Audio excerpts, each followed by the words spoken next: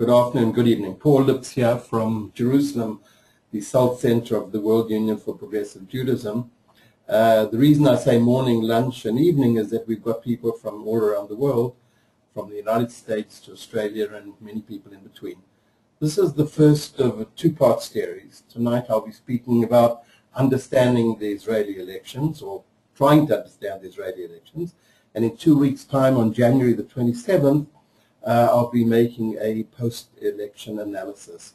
I'm in the SALT's office here, the Educational Center of the World Union for Progressive Judaism, with my friend and colleague, Rabbi Steve Bernstein. A few words about myself. I want to make a few comments about the SALT's Institute, and then we'll get into the topic. And many of you I know, and I've taught, I've seen, some of you I've met on my visits to your own community, but there may be people who don't know who I am. I'm originally from Zimbabwe, formerly Rhodesia, made Aliyah one day before the Six-Day War, spent most of my life in academia, a number of years at the Hebrew University, and then I taught for 35 years at Tel Aviv University as a social historian. Taught for over 2 decades at the Hebrew Union College. I was involved in many other institutions, and in the Israeli Army, I taught and worked with officers dealing with non-military issues. We're now in a very, very crucial time of Israel's history. Like all elections, not only in Israel but in other countries, this is a time of tension. This is a time where some of the kishka, some of the inners of the society appear. I have a particular bias. Politics is not only for the confines of the political scientists. Political scientists are clearly interested in elections, as are economists, as are historians, and my field is social history. I'm really trying to work out what is going on in any society. I deal with 23 countries. I'm interested in what goes on in the inner workings of a society. And an election might be one of the crucial moments where one really gets a feel of what's happening in the country. So I'm really going to be looking at the human components.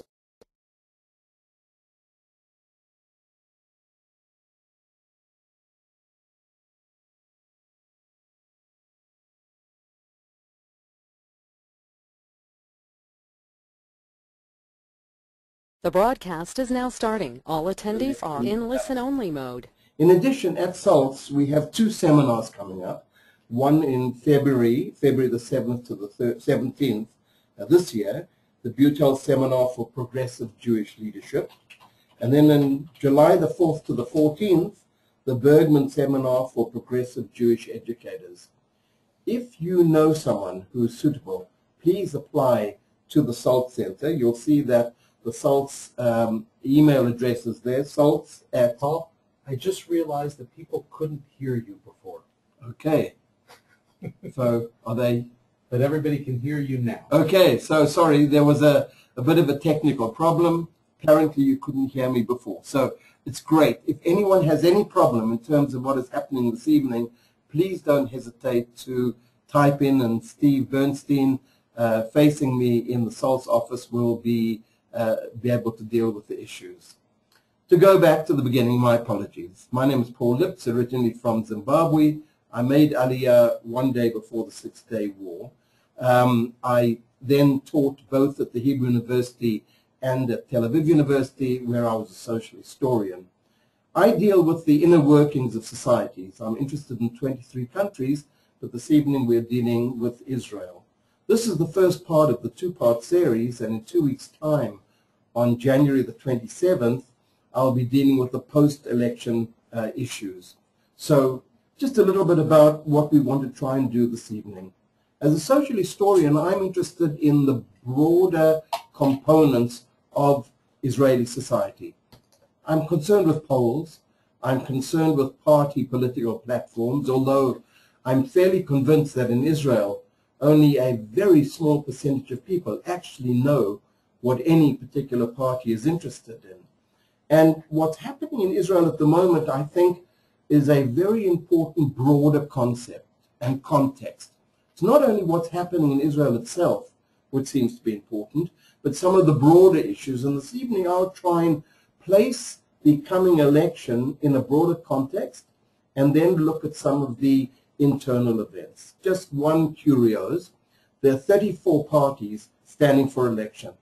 I certainly won't be making an analysis of all of them, partly because some of them will get a few hundred votes only, in addition to which some of them are just too darn embarrassing to even speak about in public. But it's very easy to form a political party in Israel. A few hundred votes, a small deposit, and you're on the way. Why do so many political parties get formed in Israel? Well, you have free TV and radio time. So if you've got any complaint, idea, dream, or anything else, get a bunch of friends, sign up, and you're on your way to forming a political party. To get into the Knesset, 120-person parliament, you need a minimum of 2% of the total votes cast.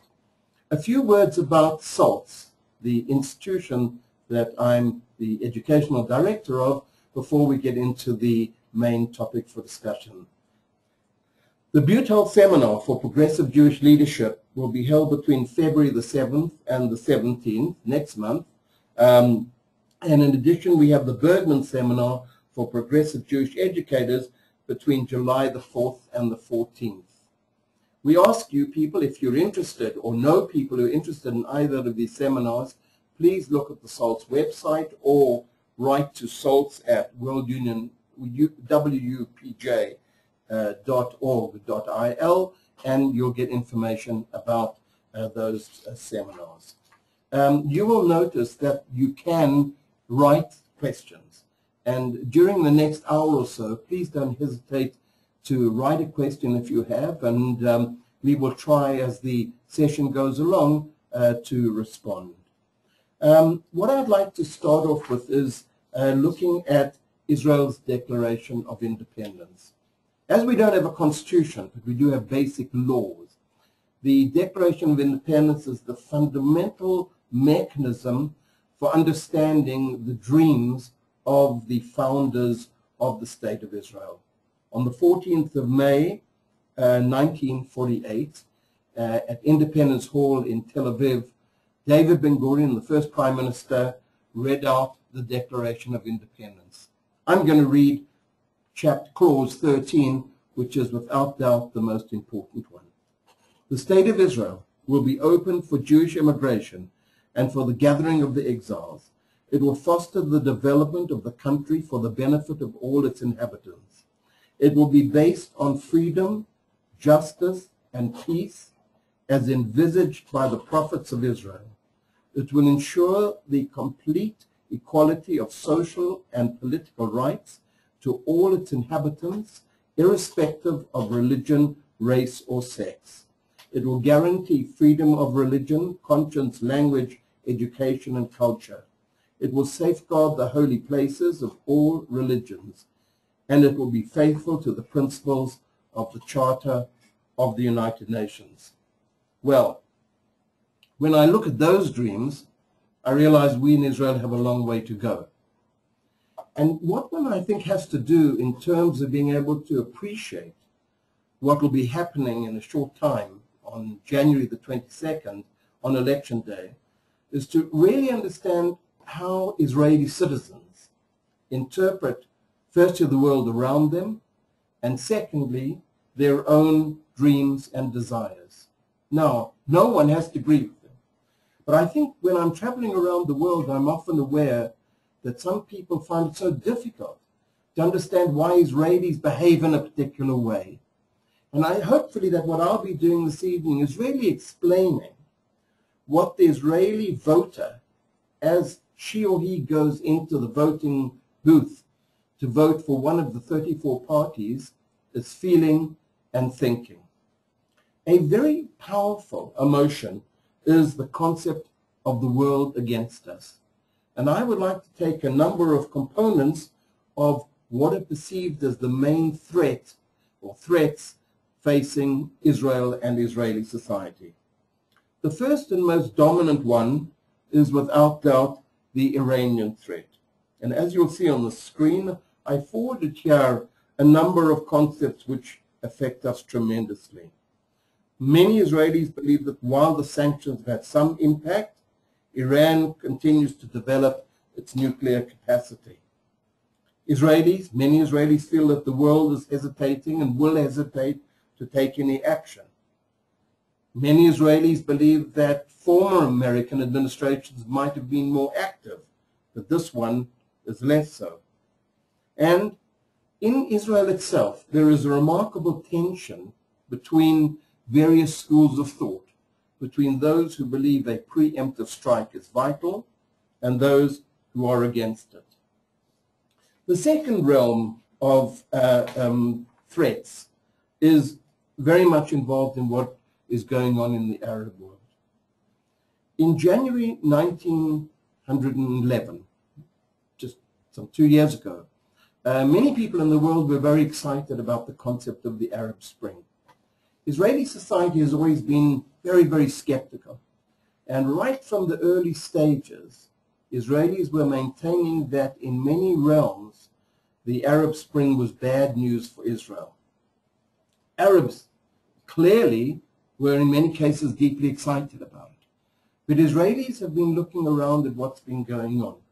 And just to take a few case studies, you can really understand while the average Israeli who's trying to make a sensible decision on election day is obviously deeply influenced by the massive information which we as Israeli citizens receive in terms of what is happening within the various countries. The first one is clearly Egypt. And here we realize that President Morsi is very different from the former President Hosni Mubarak, and that there is clearly an Islamist threat in Egypt. The uneasy situation in the Gaza Strip, which is just on Israel's border, the Egyptian-Palestinian relationship, all these issues are uncomfortable for Israel. The civil war in Syria. All of us realize that there is a tremendous danger of civil wars, chaos breaking out, the possibility of chemical weapons being used not only against Israel, but against other Arab forces. The position in Lebanon, a weak country, what will happen if Hezbollah or some of the other Islamist forces take over. And recently, we see an increasingly weak King Abdullah II of Jordan. Added to this, the increasing power of the Islamist forces in Turkey, and lastly, and not least, the issue of the Palestinians who've said recently on a number of occasions that the question of Israel is nothing to do with borders, but about the very issue of Israel's right to exist. Now, regardless of how one looks at politics, and regardless of who one will vote for on election day, there is no doubt about it that the feeling of us that we're living in such an unstable part of the world has an impact. And my overall thesis that I'll be presenting this evening is that as a threat is perceived, a real threat or a perceived threat, influences the atmosphere of Israel, that by definition leads to an approach of we need a strong leader, we need an experienced leader, and we have to be tough. And that clearly is having a tremendous impact on the decisions of some 1/5 of all Israeli voters who are still undecided in terms of who they will be voting for on election day. Many Israelis are convinced that you can't trust Europe, and certainly not the United Nations. And I won't go into that in too much detail, as we're all pretty clear that in the overwhelming number of UN votes, Israel appears in a very, very negative light, regardless. Sometimes Israel is clearly in the wrong, but it's very hard for Israelis to really believe for a moment that the United Nations is a fair body. Few comments about the United States. This is clearly a very, very sensitive issue. It has been pointed out in a poll just before the American election results, the presidential election results came out, that if Israelis had to vote for either Obama or Romney would have done extremely well. Now, what is it? What's really happening there? Well, there are a vast number of possibilities. The fact that Obama didn't visit Israel was probably one consideration.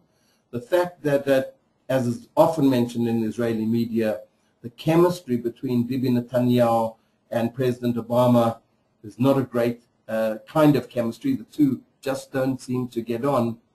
And then there is something else which is very, very interesting, and that is the close correlation in thinking between the right wing of Israeli society, Likud, Yisrael Beitenu, the party led by Yvette Lieberman, and various other right-wing forces who so closely identify with the Republican Party in the United States. Now, this has crucial importance to Israel. It makes Israel feel vulnerable. Now, one must have to understand here that one is speaking about perception. If you ask me personally, I think the Israeli fears in terms of our relationship with the United States are exaggerated. In many cases, have no basis at all. However, the feeling of the Israeli population is that America is no longer on our side in the same way that used to happen in the past. The Likud TV advertisements emphasize that Bibi is strong. And in the Likud ads, there is a very, very powerful moment where he is quoted as saying, "Jerusalem will never be divided again," at which case the Congress stands up in applause. And there's an interesting kind of situation here which requires additional analysis, which we haven't got time for this evening, that in a strange kind of way, the Congress is perceived as a friend of Israel, and the administration, with President Obama in particular, as much less friendly. All in all, this increases the sense of the insecurity of the Israeli citizen. That's finished one topic, and basically what I've tried to speak about here is that the wider world doesn't seem to be on Israel's side.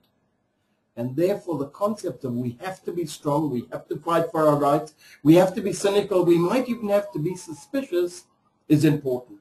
And as I said, this plays into the hands of the right-wing and radical right-wing forces in Israel.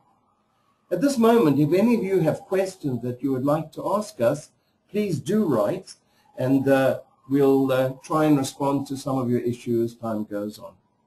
I want to now come into Israel to look at the Israeli voter. And here we have a very important phenomenon. Israel is a society which exists as a result of its immigrant population. In the 1990s, approximately 1 million Russian speakers arrived in Israel.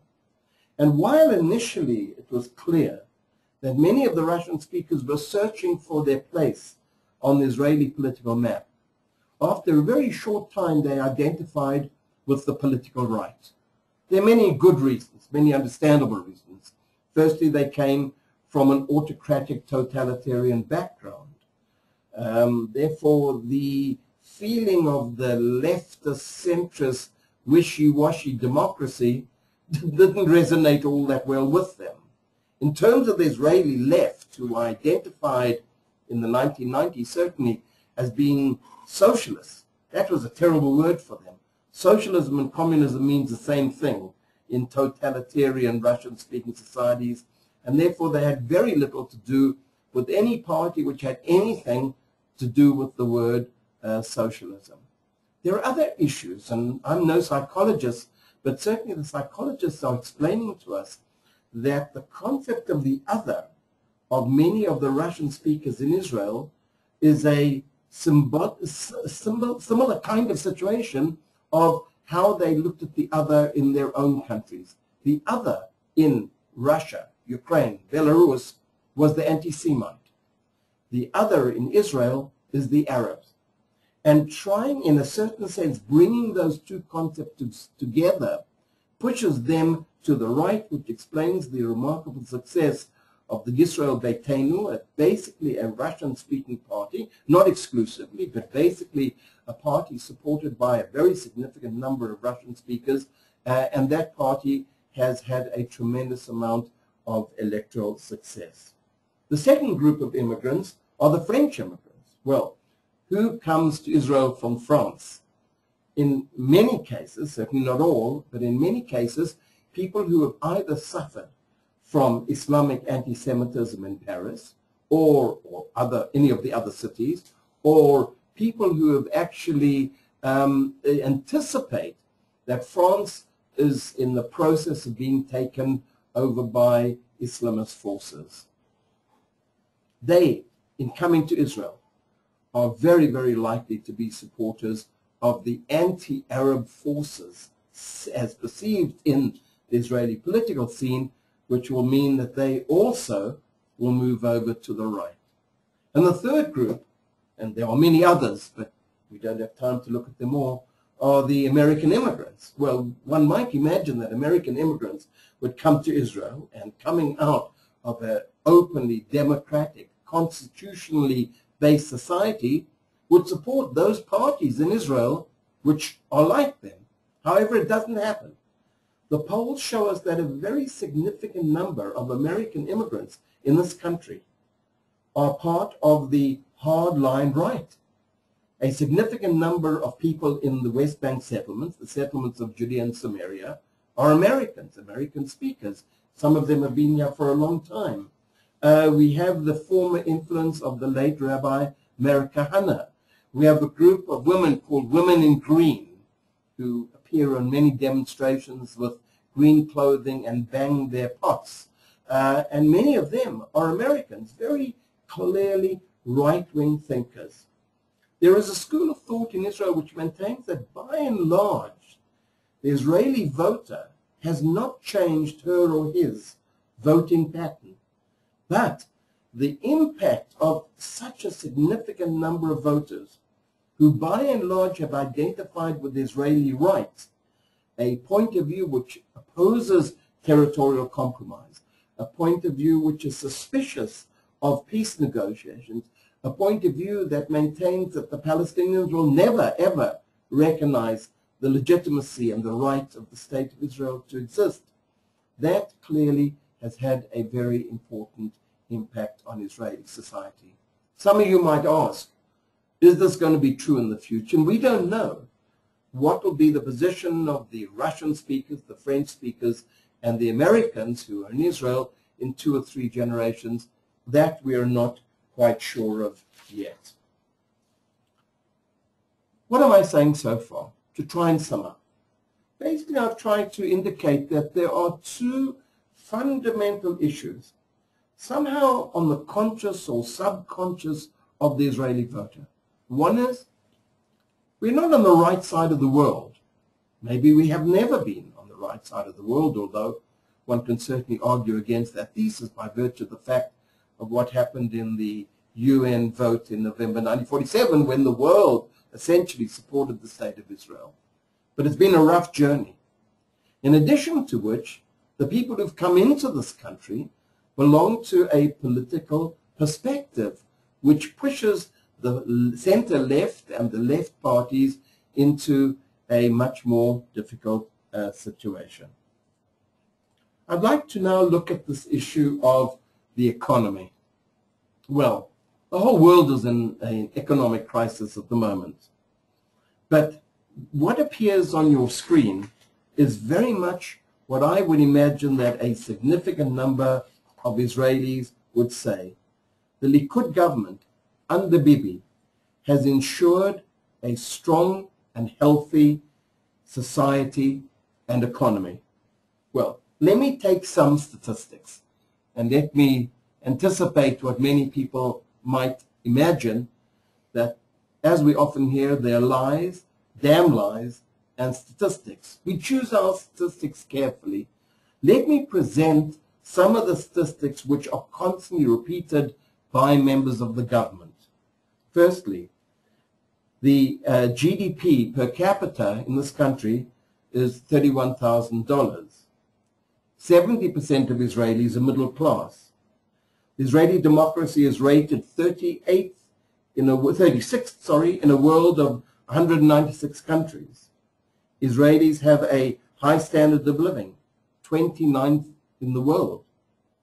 Israelis are the 6th happiest people in the world. Israelis are the 5th longest living people in the world. And really what would be very interesting to say, that if there was a poll, which was the moan and groan poll, Israelis would definitely be number one. We complain all the time. But when push comes to shove, if one belongs to the 70% of middle class in this country, life isn't bad. Well, when we compare our income with Americans, we earn a great deal less, under half in most cases. But when we compare ourselves with smaller countries, we compare ourselves with Poland, Netherlands, Belgium, and a significant number of other countries in Europe, taking away the big places, Germany, France, and England, then we really can say things aren't so bad. However, like all statistics, these are selected statistics, and the position of the 30% poor group is getting worse. However, put yourself into the position of the average Israeli voter, born and bred in this country, second or third generation, someone who in the 1950s remembered the days when, if you were lucky, you would have an egg a week, remembers the very depressing economic period that Israel has been through, who know about the economic crises all around the world, and on the other hand, look at Israel and say, wow, things aren't so bad. So this isn't a good time to change our government. And Bibi, a dyed-in-the-wool capitalist, has clearly given the Israeli population what they want, or at least if you're in the top 70%. Well, it's really more complex, and if we had time to go into some of the economic complications, then you'd get a different story. Part of the success of Israel's economic story is very much because of the governor of the Bank of Israel, Stanley Fischer, who controls the economy in a most remarkable way. So, well, from the economic position, Israelis basically say, as they go into the polling booth in just over a week, let's keep the government. They're providing us with a healthy economy. The Jewish world. I'm going to be dealing with some awkward and maybe embarrassing issues here, but that's what it's all about. What do we know about the Jewish world today? Well, Israelis don't really have such a sophisticated concept of what's really going on in the Jewish world. You know, many Israelis visit America and never visit Jewish America. They visit the sites. When they go to Europe, very few of them have contact with the Jewish communities. They might go to a synagogue on Friday night, but not much more than that. But let us ask what we read in our newspapers and what we hear on our TV. We basically hear the following: that the wealthy American philanthropists support the Israeli right. Let's give three names. Sheldon Adelson finances the pro-Likud Israel Hayom newspaper, a free newspaper. Who doesn't like a free newspaper? And, well, I might be critical of the newspaper, but let's face it, it's a good deal if you can get a newspaper which covers most issues in Israel free every day of the week, at least 7 days a week, 6 days a week. Irving Moskowitz supports El-Ad and the Teret Kohanim, two extremely right-wing organizations that buy land from Palestinians in East Jerusalem and are associated with some of the more dubious land deals which go on in East Jerusalem. Ronald Lauder, well known in America and in Europe, very active as a philanthropist for Jewish communities in Central Europe, is clearly a supporter of Bibi. And then we have this interesting concept of AIPAC. Well, if one went down the street and one asked an Israeli, who are AIPAC? I imagine 1 out of 5 might know. And what would that 1 out of 5 person say? They support the Israeli government. Well, we know the truth. We know that AIPAC's role is to support any government in power. So, but however, as the Likud government has been in power for an extended period of time now, AIPAC is perceived in many people's minds as a pro-Likud party. And here comes a question. Where is the financial support from the left? Well, there is money coming from the left. The Bronfman Foundation and other foundations, some of whom I identify with Israeli politics, and some who just care about Israel and give money. But the mindset of many Israelis is that the real money comes in from the Israeli right. And this, therefore, has a very important argument. To go on to yet another issue, and that is the traditional voting groups. Just to take three for a moment, what's happened to them? What's happened to the second or third generation, maybe fourth or fifth generation groups that exist in Israel? Firstly, the Haredim, the ultra-Orthodox.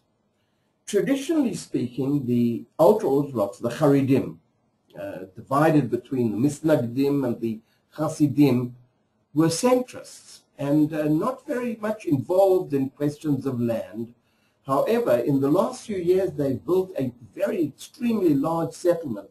In fact, the largest settlement over the Green Line in the Beitar elite area, and therefore they are going to be very, very reluctant to give back land. Settlers are unlikely to want to give up their homes, regardless of their political viewpoint when they moved into the area. The second group are the Eidot HaMizrach, Sfaradim. It's a very heterogeneous group, but there's no doubt about it that within some of the immigrants who came from North African and Middle Eastern countries, you would sometimes hear the expression, we really understand the Arabs, and that in many senses is a means of saying, don't trust them. And then the third group, the Dati Leumi, the modern Orthodox group, who very, very clearly are increasingly involved with the radical right, and I'll come to the political parties in just a moment, but some of them are very committed to a party called Otzma Yisrael, Otzma Yisrael, which is essentially a political party which has no mechanism whatsoever of ever imagining that there can be any kind of political compromise with the Palestinians. Let's move into another realm. Let us try and look at the other parties to try and sum up what I've said. On the right, we have a party which I'll look at in more detail in just a moment, the Beit HaYehudi, the Jewish Home Party. Once again, the language of parties in Israel is extremely important. Then we have the Likud Yisrael Beitenu party, which is Bibi's party with Yvette Lieberman. Then we have some other parties, Shas and the Haredi, Ashkenazi party, which is called United Torah Judaism. Those essentially are the right parties, and I'll come back to some of them in a moment. Just let's go over to the other part of the map and look at the center left. There are three parties on the center left. And for many people in Israel who maybe a month ago knew who they would be voting for and were committed to the center left, that voting population is going through a major crisis. The three parties that we are talking about are firstly the Hatnuah party, a strange name, the Movement Party. I mean, what a name for a party, which is led by Tzipi Livni, who broke off as a result of an election defeat and formed a new party. Yair Lapid, who leads a party called Yesh Atid. Sheli Yachimovitz, who leads the Labour Party. These are the three center-left parties. Well, I've been spending the last few weeks trying to understand what the difference is between them. and I haven't really succeeded. Perhaps Hatnua with Tzipi Livni is a little bit more to the center than Shelley Yakimovitz. Shelley has declared that under no condition will she go in with Bibi in a coalition government. Shelley initially came out with a very, very strong internal social democratic kind of approach. Tzipi and Yair had a much clearer statement in terms of dealing with the Palestinians in the world. These are three parties that we might call peace parties, although that term's sometimes difficult to use in Israel. At least all these three parties are committed to reduce conflict in the Middle East.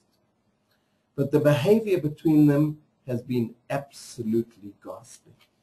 They seem to be fighting more with each other than doing anything else at all. And so many people who knew they were voting either for Shelley or for Tzipi or for Yair, by the way, as you realize, we call our politicians by the first name, not that's who they are. They're first name people for us. It is very, very difficult to really understand what is the difference between them. And to be honest, only a very small number of people have actually read the party platforms. So once again, just to try and mention the two sides. On the Bibi side, the parties are Otzma Yisrael, very small group, they'll probably get 2 seats, very radically right. Then there is Yisrael Beitenu, a new party, which I'll speak about in a moment. There is Likud, there is Beit HaYehudi, sorry, which is very much to the right. Then there's Likud, Yisrael Beitenu, a combination of Bibi and Yvette Lieberman. Then there's the Shas party, which is a religious Sephardi party, and United Torah Judaism, which is the Ashkenazi Haredi group. Those parties are on the right. Who are on the left, the center left as they define themselves, are Hatnua, led by Tzipi Livni, Yesh Atid, led by Yair Lapid, and the Labour Party, led by Shelley Yakimovitz. Pretty confusing. Well, I must tell you, most Israelis don't understand what's going on with our complex political system. So for those of you out in the big wide world, I certainly understand how this is really very, very confusing. The center-left may well get something in the region of 40 to 45 seats. Well, if they get 45 seats, they're doing pretty well. But let's just go perhaps onto one other component of the new parties that I mentioned, and I want to spend a little bit of time on the Jewish Home and National Union Party. It's pretty much known today as the Jewish Home, by Habayit HaYehudi, the Jewish Home Party, led by Naftali Bennett. He's a newcomer to the game. A few words about him. Young, bright, fluent in English, formed a startup company, Toyota, sold it, and he himself got approximately $145 million as a result of this high-tech company. He is on the radical right. He is a mysterious figure. He has a tremendous charm, clear-cut statements. When you listen to him, he seems to know what should be done. When he speaks, he has no ifs or buts. But I must admit, having observed a TV program on him, about half an hour long program, both I and I think many other people who saw the program were amazed at the fact that he hadn't answered a considerable number of questions. What does he really want? The Habayit HaYehudi, Naftali Bennett party, really doesn't imagine that there will be any territorial compromise with the Palestinians. That is a party which basically believes that what happened in 1967, when Israel took over the West Bank, Judea and Samaria, that those lands should always remain under Israeli control. From the perspective of the Habayit HaYehudi, the homeland of Israel is really the biblical homeland. Nablus Shem, Hebron, Jericho, and the various other cities and towns which appear in the Bible, in Tanakh, should be part of Israel for all time in the future as well. And this party, as I say, with a very few ifs and buts, is a party which will, I think, succeed in receiving, some people, polls believe, between 10 or maybe even up to 15 seats. That gives them tremendous amount of power. A comment about new parties. Israel is an interesting society, very young in many ways, and our political behavior in many senses is fairly unsophisticated. In a certain sense, we would say, when in doubt, vote for a new party. Seems crazy. When in doubt, surely vote for someone who you know and understand. But that has, on several occasions, not been the way that the Israeli voter really performs. Back in 1977, a crucial event of Israeli history was the success for the first time of the Likud party led by Menachem Begin. A new party appeared, led by Professor Yigal Yadin, the famous archaeologist. The archaeologist who worked at Masada, the discoverer of Masada, a famous man, an excellent academic, a profoundly important archaeologist who didn't understand politics at all. He received 15 seats. Within a short period of time, the Democratic Movement for Change, the DMC, split in 3 directions. But what it did is that one faction joined the coalition with the Likud and therefore started the second process of Israeli political history, where the right-wing parties dominated Likud, ran the country, as distinct from the earlier period of Israeli history, where the leftist parties, dominated by the Labour Party, controlled. In 2006, there was another event, quite remarkable. Out of the blue, there was a pensioners' party. Pretty serious issue. Pensions are very small in Israel. But was it an issue which one would have imagined would attract the attention of so many people? Yes. They received 7 seats. But they were only around for one election, and then they disappeared. And in 2006 and 2009, there was yet a new party, Kadima, formed by Arik Sharon. And now that party is broken up. Part of it is the old Kadima party, and part of it is Tzipi Livni's Hatnuah party. So therefore we have this phenomenon in Israel of new parties forming in moments of crisis. One might say that every moment in Israel is a moment in crisis. But basically, this is what happens in Israeli society. I want to try now and pull together some of the issues, some of the questions, and then as we get towards the end of the hour together, and please do write in if you have any questions, we'll look at some of the faces and try and get just maybe a little bit better feeling of what's going on in the Israeli political system. As far as I'm concerned, there are 5 fundamental issues that we have been speaking about. The first is, why is Israel moved to the right? Hopefully, I've dealt with it. To maybe just take one sentence in explanation, countries in crisis seem to move in the direction of what might be defined as the strong leader concept. Some people, as I mentioned, want a new phenomenon of which the Beit HaYehudi is it. The second, what possibilities exist for peace or reduced conflict with the Palestinians? this will totally depend on the voters' decision-making on election day.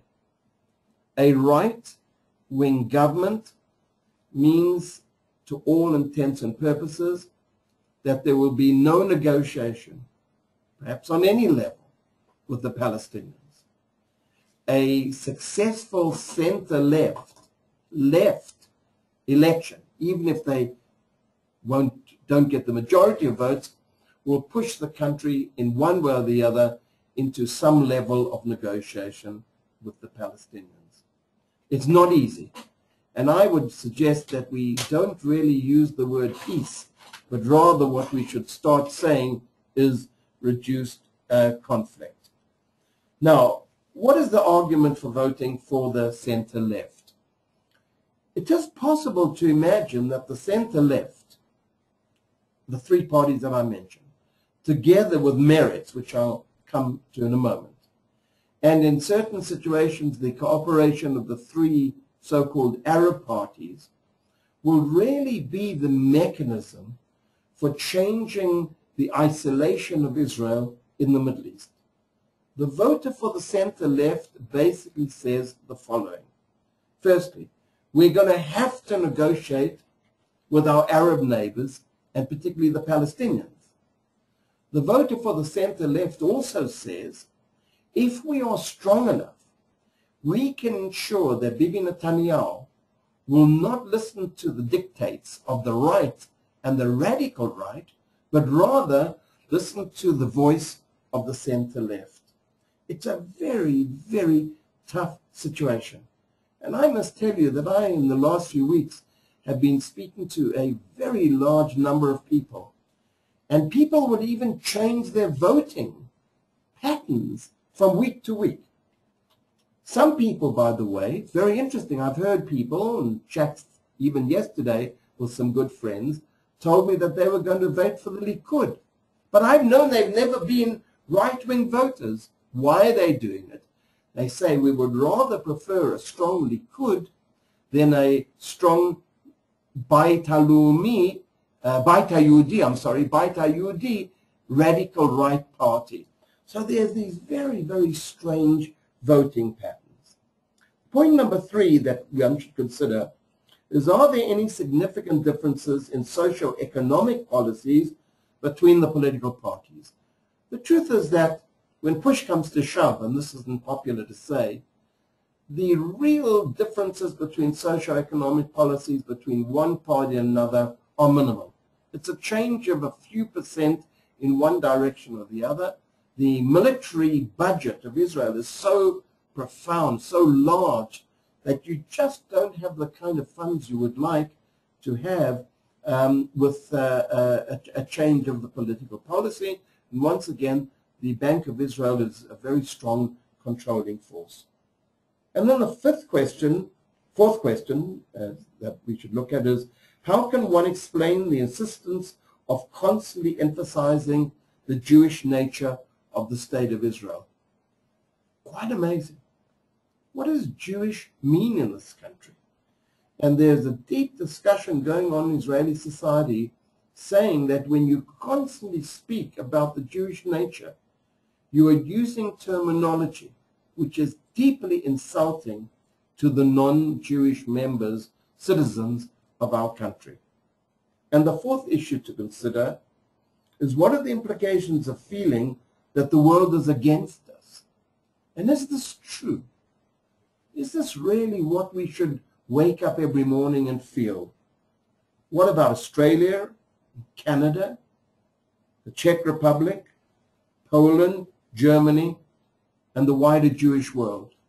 Maybe we should really be very careful about developing this insular, backs against the wall kind of situation, although one can understand why it comes about.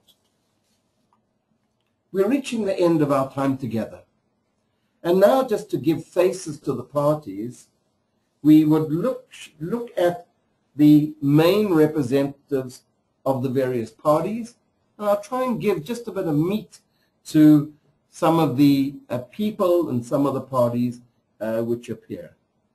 On your screen, on the top level, you'll see Naftali Bennett, who's the #1 person of the Jewish Home and National Union Party. I mentioned him a few times this evening, and he is clearly a right-wing or radical right-wing person, astute, bright, well-educated, global, extremely wealthy young man who attracts the voters not only of religious people, but of secular people as well, who like the concept of a young, charismatic leader. Then we have Avigdor Lieberman, and we see it's a combination party. The Likud and Israel Beitenu have combined. It's a strange situation, but in Israel you can have a party which is actually a combination of two other parties, and that is what happened.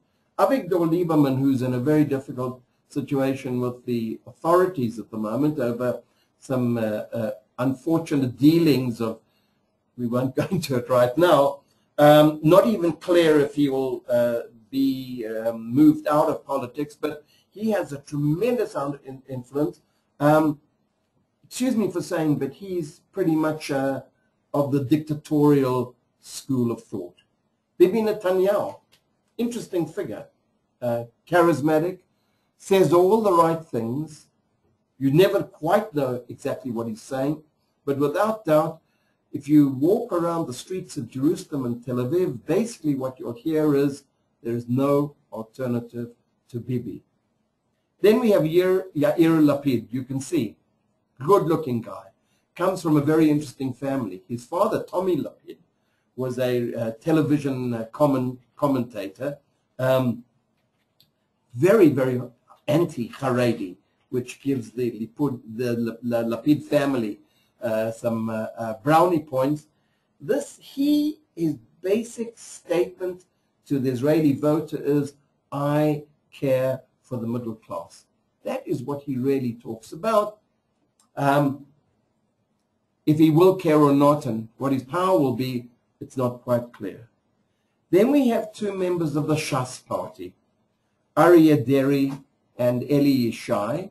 The Shas party is the party of the Sfardim, of the Jews of Asian and African background. Unfortunately, their religious leader, Rabbi Ovadia Yosef, 92-year-old advisor, controller in many senses of the Shas party, is in hospital at the moment. And their basic policy is to help the poor people in Israel.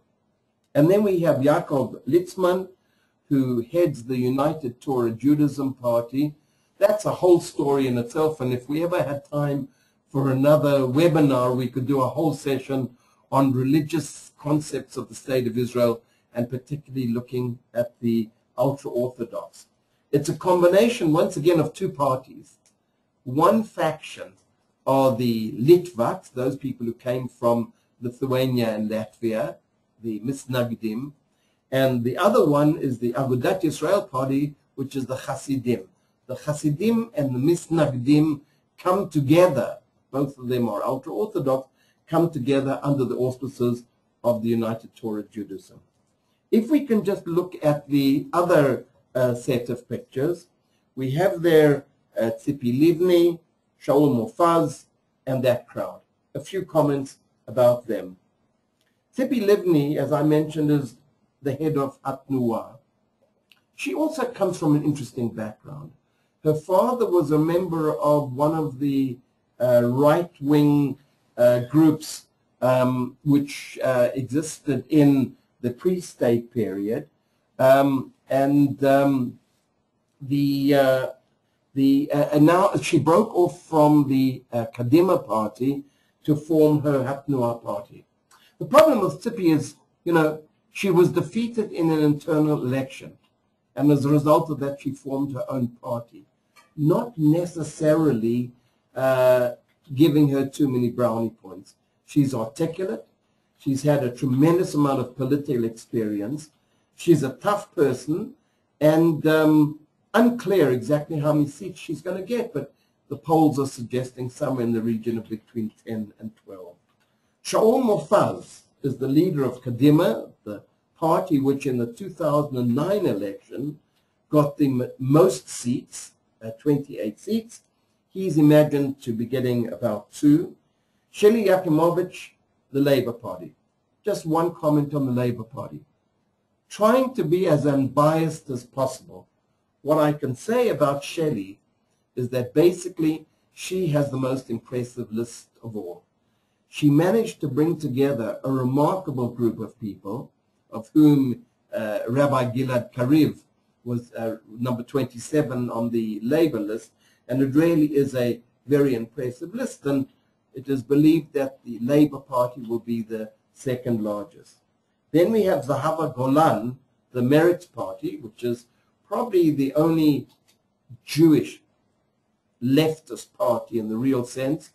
They received 3 seats in the last election, and the polls are suggesting they might receive as many as 6. They are, in the real sense, a peace party. They are deeply concerned about Israel's position in terms of the Middle East, and essentially in many ways say, let's give peace a chance. At the bottom you see the names of 3 Arab politicians, extremely capable. What is interesting about the Arab parties, so-called Arab parties, is that firstly they, in the case of Balad and the United Arab List, they received almost all their votes from the Arab voters. 22% of all Israeli citizens are Arabs. But the Hadash group, Mohammed Barakeh, is a joint Jewish-Arab list. Altogether, the Arab parties are expected to receive between somewhere in the region of 10 or 12 seats. By the way, in this present parliament, there are 17 Arab representatives. That means not all Arabs get into parliament on the Arab parties, and we have a very interesting phenomenon of the Druze members, D-R-U-Z-E, members of the Israeli citizen group, by and large identify with the radical right. One is a member of Yisrael Beitenu, and some others have been on the Israeli right. So when we look at the group that are called the Arab group or the minority group, we find that, like the Jews, they are deeply divided. There have been 1 or 2 questions that have come in, and I'll just try to answer in the time that we have for us. One question was, you say reduce conflict rather than peace. Does that mean you're more pessimistic? Well, it's a very important question. The reason I use the term reduced conflict is that I'm a great believer that the word peace has acted as a constraint in the society. It's very difficult to move from war to peace. There has to be something in between. And in my own work in conflict resolution, I was once many years ago on a conflict resolution team at the Hebrew University. We were very, very much aware, 5 of us on this particular team, realized that we have to develop intermediary language. That as soon as we say peace or success or any of these other words, we're building up a level of expectation within the Israeli citizen group, which is very difficult to fulfill. So it's not an issue of pessimism. It's rather a question of trying to develop a nuanced language. Therefore, if we can try and give both to the Israeli citizen and to the Palestinians a sense that we can move into an intermediary stage of reduced conflict. Reduced conflict is part of dialogue, part of trying to understand the other. That will then, at some time in the future, hopefully bring about peace as we understand it on the American, Canadian, or French-German model. So that is why I think the language that we use is very important. We're just about at the end of my time, so just to make 1 or 2 other comments. The good news is that we've had a tremendous amount of rain, and the rivers are flowing into Kinneret. It's an absolute delight. The bad news, well, it's been a difficult evening in some ways, but an absolute delight speaking to you. We live in an interesting country. We're a young country. The challenges are tremendous. However we understand our political future or our political present, we have to understand that the risks we take can be very, very dangerous risks. Therefore, I think that what we have to do wherever we live, for those of us who are concerned about Israel, would like Israel to be a better Israel, we have to realize that living in this country, and I've been here for over 45 years now, living in this country means that you have doubts, you have fears. You have to ask yourself again and again, what is the right decision? When do you take a risk and when don't you take a risk? And on the political level, I have to be absolutely honest with you. In the last 2 weeks, I've changed my concept, my decision on who I'll vote for on 4 different occasions. I think I've made up my mind, but as I go into the ballot booth in just over 10 days just under 10 days on January the 22nd, Tuesday, January the 22nd, I'm not even 100% certain that what I think at this very moment will be what I'll actually be doing. As I said, about 1/5 of Israelis, and some polls believe the figure is even higher, have not yet made up their mind. The next time we meet, and hopefully you will sign up for the January the 29th session, 27th, my apologies, for January the 27th session, also a Sunday, we will be discussing the results. By that time, we will have some sense of how the coalition will be formed, more or less, and I'll try and make an analysis of what happened on election day, where there were the surprises, and I'll also try to make some analysis of certain areas of the country to see how people of different religious groups and different ethnic groups and different religious understandings behaved at this crucial moment of Israeli history. Thanks so much, and looking forward to being with you on January the 27th. Thank you very much.